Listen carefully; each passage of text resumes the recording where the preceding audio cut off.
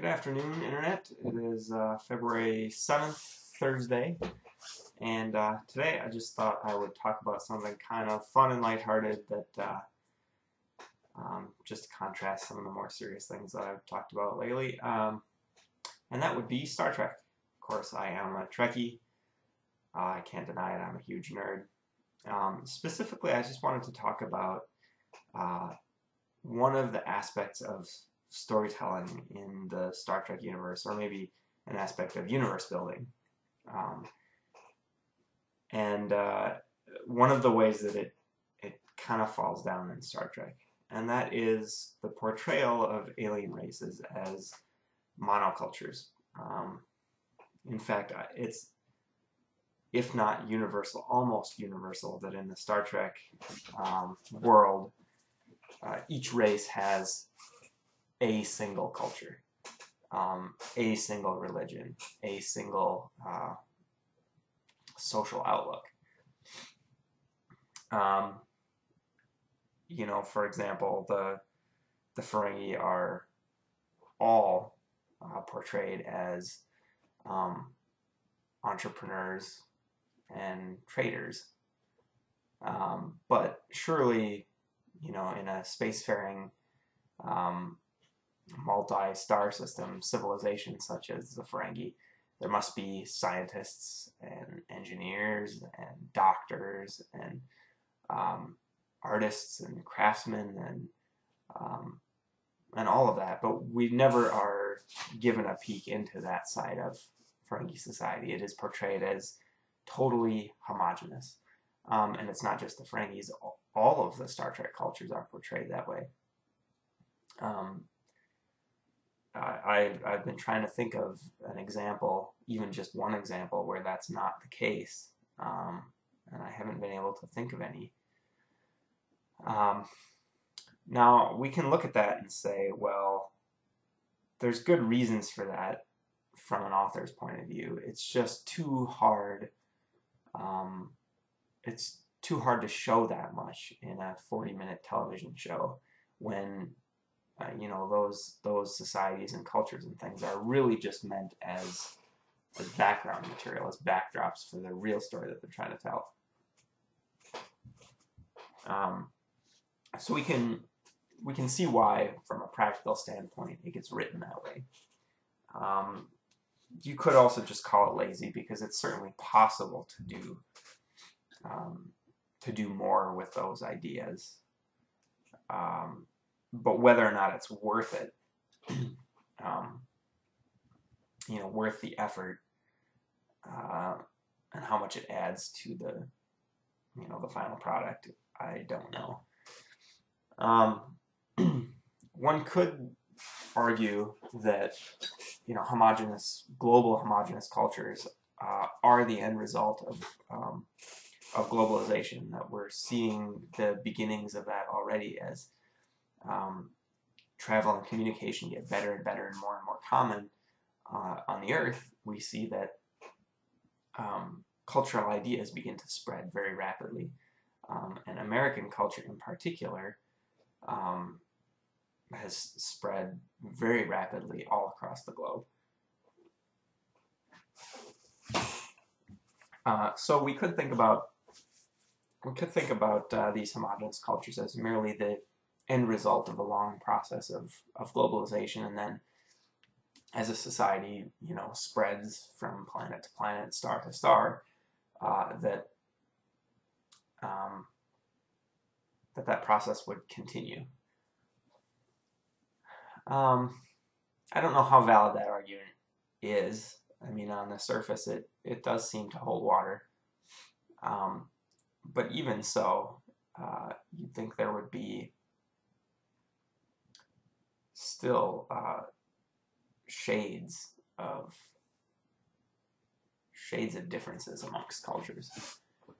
I think the Klingons are an interesting example to me from a storytelling point of view, because they are, again, like all the other races, considered to be basically homogeneous, or portrayed that way.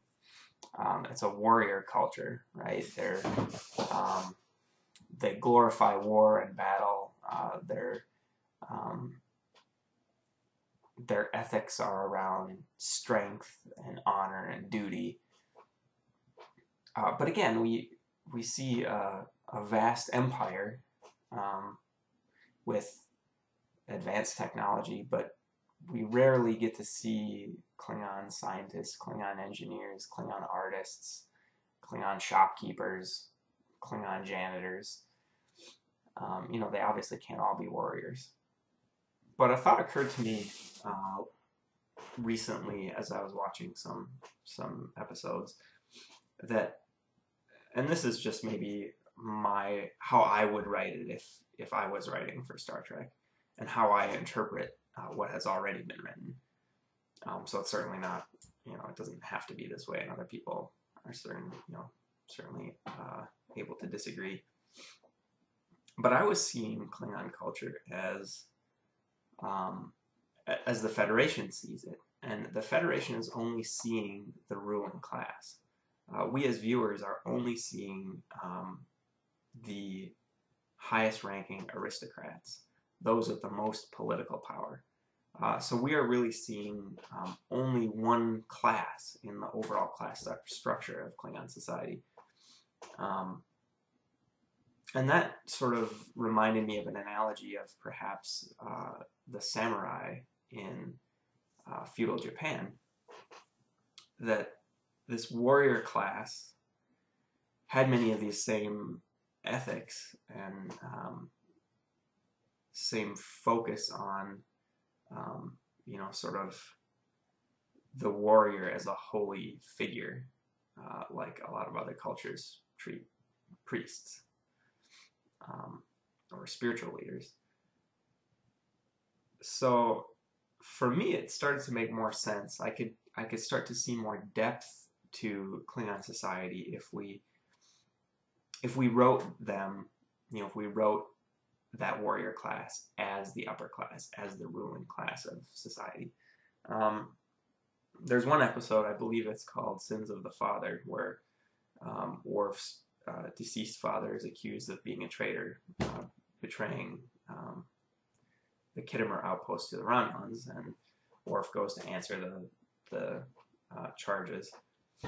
And at one point we see Picard go to find a witness, an old lady who was Worf's nurse when he was a boy, to testify. And just that tiny little glimpse we see underneath the surface of what Klingon society is. We see an old woman who's not a warrior. Her profession was a nurse, a caretaker for a child. So I don't know. I thought that was a cool way to look at it, and would actually bring a lot more depth to what Klingon society really is like. That warrior ethic only exists at the very top echelons of the power structure. Those are the only people who can afford to have such an impractical culture, in a sense. It's left to the rest of the downtrodden Klingon society to actually keep things running. Meanwhile, this warrior class is busy picking fights and glorifying battle and whatnot. One other thing, I guess, since I'm not quite up to 10 minutes, one other cultural aspect of Star Trek that I think is really interesting, and also very disturbing to me, is the Ferengi. Now, I've read a number of people commenting that the Ferengi are meant to represent some particular real-life ethnic group, Chinese people or Jewish people or something, and the people who argue this are, quite outraged by it, and they see a portrayal of negative aspects of a certain culture or of destructive stereotypes. You could look at it that way. That's certainly a valid way to look at it. But I prefer to look at the Star Trek universe not as an allegory, but maybe as a metaphor. So I don't see those links as being as direct.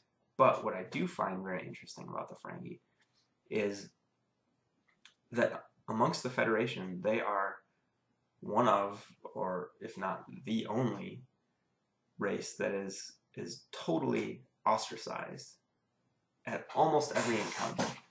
The Federation holds the Ferengi society in enormous contempt, and they don't do this with anybody else. It's really quite fascinating. You know, the Federation is portrayed as being supposed to be very enlightened and inclusive and accepting, and you know, things like racism are supposed to be completely eliminated. And yet, whenever the Ferengi show up, the reaction of Federation citizens and Starfleet officers and such is overwhelmingly and irrationally negative. They believe that they're all lying, cheating weasels, that they're all, you know, they're all ruled by greed. You know, and we're talking about a whole civilization that's far older than, you know, the Federation and an Earth civilization. It spans multiple star systems. They have technology that's equal to the Federation. They trade everywhere. And yet they are considered almost beneath contempt. And it's very, very irritating when I see this. It's so hypocritical, you know, in universe, in the story, that these characters would accept almost anything else, even totally non-humanoid creatures that don't seem to have any access point for us to understand as viewers. They're accepted completely without question, and yet the Ferengis are just considered disgusting little trolls. And I think that leads into another discussion of what Federation society really is like in the Star Trek universe. We get a lot of propaganda from, you know, Federation sources about what it's like. You know, telling us that there's no poverty and no profit motive anymore, that material possessions are meaningless, that everybody is altruistic and such. But is that really what the Federation is actually like? That's certainly their rhetoric. But I think coming up on 13 minutes, so I think I'll leave that discussion for another time. And there are certainly other people who have had that discussion as well. So anyway, I just thought that would be kind of a fun thing to talk about for a few minutes, something that I thought about recently. Ways to maybe bring more depth to the Star Trek universe, ways to interpret it in such a way that it gains a little bit more depth.